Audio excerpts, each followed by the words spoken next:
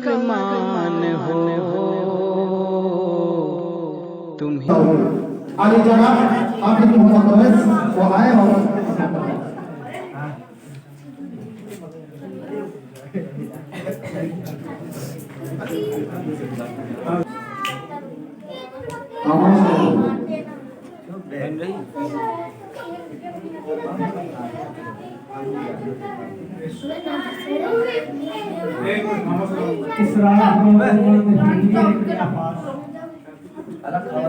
इस राज को एक मर्द फरंगी ने किया पास, हर चंद की दाना इसे भूला नहीं करती। जमहूरियत के तर्ज हुकूमत के किस्में बंदों को गिला करके दौला नहीं गिलास की तरफ थोड़ी। मैं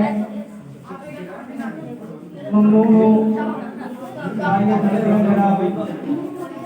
मौलाना मोहम्मद फैज साहब जिन्होंने उस नाचीज को इस लायक समझा, वरना कहाँ मैं और कहाँ निकलते गुल। मुअज़्ज़ज़ मेहमान निज़ाम सदर ज़ियादात, मैं बिना किसी तमहीद और ताख़ीर के अपनी बात का आगाज़ करता हूँ और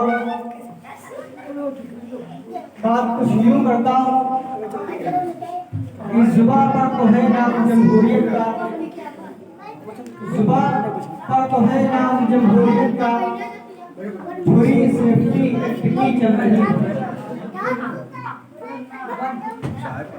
मुअज़्ज़िज़ीन, जैसा कि हम सभी बखूबी वाकिफ हैं कि भारत के आईन और हिंदुस्तान के इतिहास में दो कौमी और यादगारी और ऐतिहासिक हैसियत रखते हैं, जिनमें से एक 26 जनवरी थी। 15 अगस्त जिस दिन हमारा मुल्क आजाद हुआ, आजादी के बाद इस मुल्क को एक ऐसे आईन, ऐसे दस्तूर और ऐसे कानून की जरूरत पड़ी जिसमें हर इंसान, हर व्यक्ति, हर मनुष्य अपने व्यक्तिगत रूप से इंसानियत के सारे हुकूक हासिल कर सकता हो, मनुष्यता के सारे अधिकार से प्राप्त हो। इस देश का हर नागरिक, हर शख्स आजादी के आजाद रहकर वो किसी भी धर्म से ताल्लुक रखता हो, किसी भी मजहब से उसका संबंध हो, वो अपने मजहब पर, वो अपने धर्म पर मुकम्मल आजाद हो, वो अपने धर्म की नशो-ए-इशाअत में और अपने मजहब की तबलीग में बिल्कुल आजाद हो। जब कोई शख्स अपने मजहब की तबलीग करे तो उसको कोई शख्स उसके मजहब की तबलीग में मुदाखलत न करे, ऐसे कानून की जरूरत पड़ी। और भारत का कोई भी नागरिक भारत के किसी भी कोने में रहने का हक हासिल है। अगर वो यूपी का है तो उसे महाराष्ट्र में रहने के लिए कोई भी हुकूमत हो या भी कोई भी शासन हो, उसे मुदाखलत न कर सके। ऐसे कानून और ऐसे आईन की जरूरत पड़ी। इसी तरह अगर कोई तिजारत करना चाहे तो भारत के अंदर, वो अपने इस मुल्क के अंदर, जिसे हम हिंदुस्तान कहते हैं, मुकम्मल तौर से वो आजाद हो। इसके लिए एक कानून और एक लॉ की जरूरत पड़ी। इस लॉ की जरूरत को पकड़ में रखते हुए जमात तश्कील में आई और मुसलसल 3 साल की जद्दोजहद के बाद ये कानून 26 जनवरी 1950 को लागू हुआ। अब जब हमारा मुल्क आजाद होने के साथ साथ जमहूरी हैसियत भी रखता है, हमारा मुल्क आजादी के बाद एक ऐसे मकाम पर पहुंचा जहां हर व्यक्ति अपने ख्याल का इजहार कर सके, वो आजादाना सोच रखता हो और उसके अंदर ऐसी सलाहियतें हों जो अपनी सलाहियतों को उजागर करने के लिए, वो विद्यार्थी लाइन से हो या तालीमी लाइन से हो, वो किसी भी लाइन से हो, वो कारोबार हो, वो ताजिर हो या फिर वो कोई कारीगर हो, अपनी कारीगरी, अपने तालीम और अपने इल्म को फैलाने के लिए हिंदुस्तान के किसी भी कोने में जा सकता हो। ऐसे कानून जब लागू हुआ उसके बाद बड़े ही दुख के साथ ये बात कहनी पड़ रही है कि ये कानून और ये जमहूरियत चंद दिन कायम रही। चंद दिन का मतलब ये है कि चंद साल कायम रही और उसके बाद तशद्दुद परस्तों ने इस कानून की धज्जियां उड़ानी शुरू कर दी और आज ये मुल्क इस दहाने पर खड़ा है कि इसकी जमहूरियत पारा पारा हो चुकी है। अगर हम अपने मज़हब पर तबलीग करते हैं तो इनको तबलीग पर दिक्कत होती है। अगर हम अपने मज़हब में अज़ान के लिए लाउड स्पीकर बांधते हैं तो इनको इस पर दिक्कत होती है। अगर हम अपने मज़हब में किसी को 3 तलाक यकजा देते हैं तो इनको इसमें दिक्कत होती है। जब हमारा संविधान ये कह रहा है, हमारा मुल्क का आइन ये कह रहा है कि तुम 3 तलाक दो या 2 दो, तुम एक हारन बांधो या 10 बांधो, तुम एक मस्जिद बनाओ या 50 बनाओ, हम तुम्हारी मंदिरों में मुदाखलत नहीं करेंगे, तुम्हारी मस्जिदों में मुदाखलत नहीं करेंगे, तो फिर ये किसको हक हासिल है कि उसने हमारे मजहब में आकर और हमारी यकजहती और हमारी कौमी और जमहूरियत में आकर जमहूरियत को तार तार करने की कोशिश की। एक बात और मैं बताता चलूं, जमहूरियत जमहूरियत जमहूरियत, रिपब्लिक डे, कॉन्स्टिट्यूशन, हम ये जो नाम लेते हैं ये एक ऐसी छत है जिसके 4 सुतून हैं। जो छत बगैर सुतून के कायम नहीं रह सकती। ये आसमान नहीं है जो खालिक कायनात का बनाया हो, ये ऐसा मुल्क है और ऐसे मुल्क का कानून है जिसमें सुतून, स्तंभ और स्टंप की जरूरत पड़ती है, जिसके 4 सुतून हैं।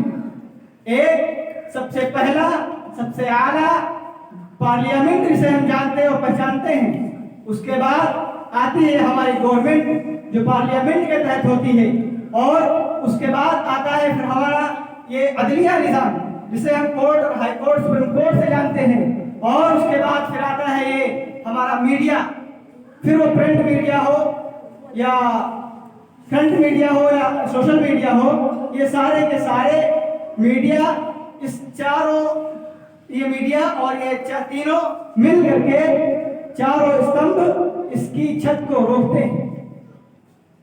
अब लाजिम ये आता है कि इसमें कौन सा स्तंभ, कौन सा सुतून मजबूत है और कौन सा कमजोर है। तो मैं बिला झिझक ये बात कहूंगा कि अदलिया को छोड़कर पार्लियामेंट, गवर्नमेंट, मीडिया, ये सारे के सारे बिल्कुल के बिल्कुल खत्म हो चुके हैं। और जो छत 4 स्तंभ पर रुकी हो वो 3 एक पर कैसे रुक सकती है, जबकि वो भी कमजोर हो। पार्लियामेंट वो हुकूमत से पहले अपना हक खो बैठा, गवर्नमेंट वो पार्लियामेंट से पहले अपना हुकूमत हक खो बैठी, और मीडिया तो आज बिल्कुल पालतू कुत्तों की तरह हो गया है। जो उसके गले में पट्टा डाले वो उसके लिए भौंकता है, जो उसके सामने हड्डी डाले वो उसकी हिफाजत करता है। अब कुछ लोगों को यहाँ पर एतराज हो सकता है कि पार्लियामेंट अभी वो अपने हुकूक पर बाकी है। तो मैं उनसे ये कहूंगा, अगर वो अपने हुकूक पर बाकी है तो वो जब हमारे आइन पर उंगली उठ रही थी, हमारे आइन को तार-तार किया जा रहा था, तो इन तार-तार करने वालों से सवाल क्यों नहीं किया और उनको फटकार क्यों नहीं लगाई? आप उठा के देख लीजिए इतिहास, 2009 तक इतने केसेस नहीं हुए जितने 2014 से 2020 तक हुए। तो इनमें सारे के सारे जो है बराबर के शरीक हैं। और रही बात अदलिया की, तो वो कुछ एतमाद के लायक है, लेकिन वो भी उसमें शरीक है। मैं बात को मुख्तर करते हुए अर्ज करूं कि ये हुकूमत, पार्लियामेंट और अदलिया जब इतने कमजोर हैं तो अब हमें क्या करना चाहिए?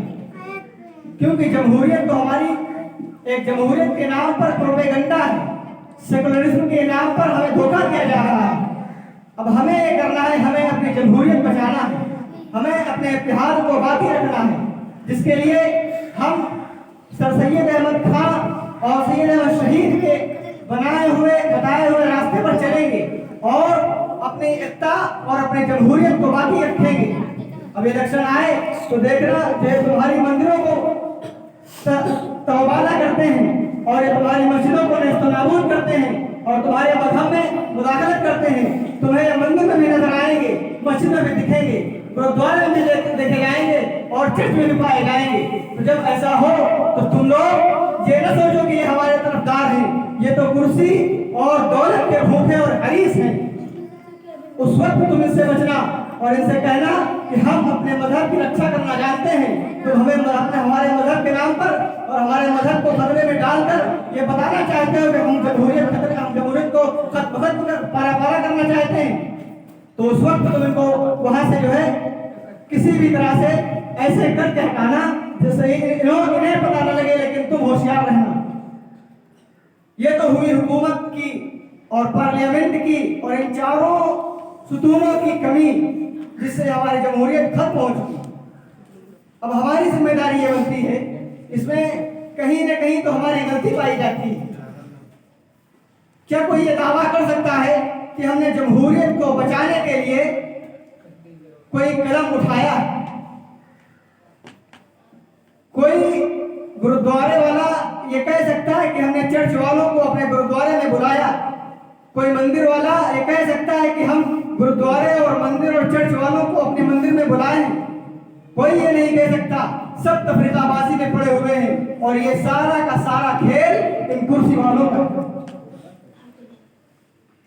अब हमें जरूरत है कि हम अपने जमहूरियत को बचाएं। इसलिए मैं इस स्टेज से ये पैगाम देकर अपनी बात को खत्म करता हूँ कि हिंदुओं और सिखों और ईसाइयों, आओ, तुम्हारे लिए हमारे मस्जिद, हमारे मंदिर और हमारे मदारिस और हमारे घर के दरवाजे भी उसी तरह खुले हैं। जैसे हम बाजारों में अपनी दुकान, अपने मॉल और अपने शॉप पर तुम्हारे आने में कोई कराहत नहीं महसूस करते, ऐसा तुम हमारे मंदिरों में आओ, हमारे मस्जिदों में आओ, हमारे मदरसों में आओ, जिसे तुम दहशतगर्दी का अड्डा करार देते हो।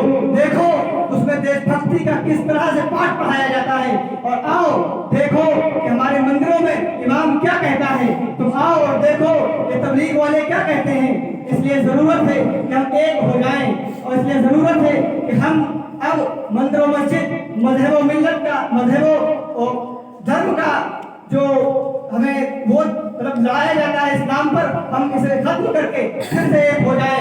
तभी तो किसी शायर ने कहा था कि एक हो जाए तो बन सकते हैं खुर्शीद और मुबीन, एक हो जाए तो बन सकते हैं खुर्शीद और मुबीन, वरना एक बिखरे हुए तारों से क्या बात बने। इसलिए मैं यही कहना चाहूंगा कि हिंदू, मुस्लिम, सिख, ईसाई, ये जो नारा दिया गया था कि आपस में सब भाई भाई, तो आज फिर इस नारे की जरूरत है। हम इस नारे को एक बार फिर लगाते हैं और हम आपको फिर कहते हैं कि आओ अपनी जमहूरियत को बचाओ। अगर तुम अपनी जमहूरियत को नहीं बचाओगे तो देखो 3, 4, 6 महीनों से मुसलसल किसान किस तरह मर रहे हैं। किसान तकरीबन 100 के करीब किसान अपनी जानों को कुर्बान कर चुके हैं सिर्फ एक कानून बचाने के लिए। अगर तुम दावा करते हो कि पार्लियामेंट अपनी बका पर मौजूद है, तो ये कानून क्यों वापस नहीं लिया गया? हुकूमत से सवाल क्यों नहीं किया गया? खैर, बात को खत्म करते हुए मैं यही कहूंगा कि हम फिर से एक हो जाएं, और एक होने में हमारा फायदा ये है कि कोई हुकूमत, कोई हाकिम, कोई सियासतदान हमें तोड़ नहीं सकता। अंग्रेजों से खतरनाक ही अंग्रेज दुश्मन जब जाहिर हो तो उससे खतरा नहीं होता है, लेकिन जब दुश्मन अपने अंदर बैठा हो तो वो खतरा होता है। तभी तो रात मनोहरी ने कहा था कि हाथ का गुलदस्ता तो आ रहा है नजर, पता तो चले आस्ते में क्या क्या है। धन्यवाद।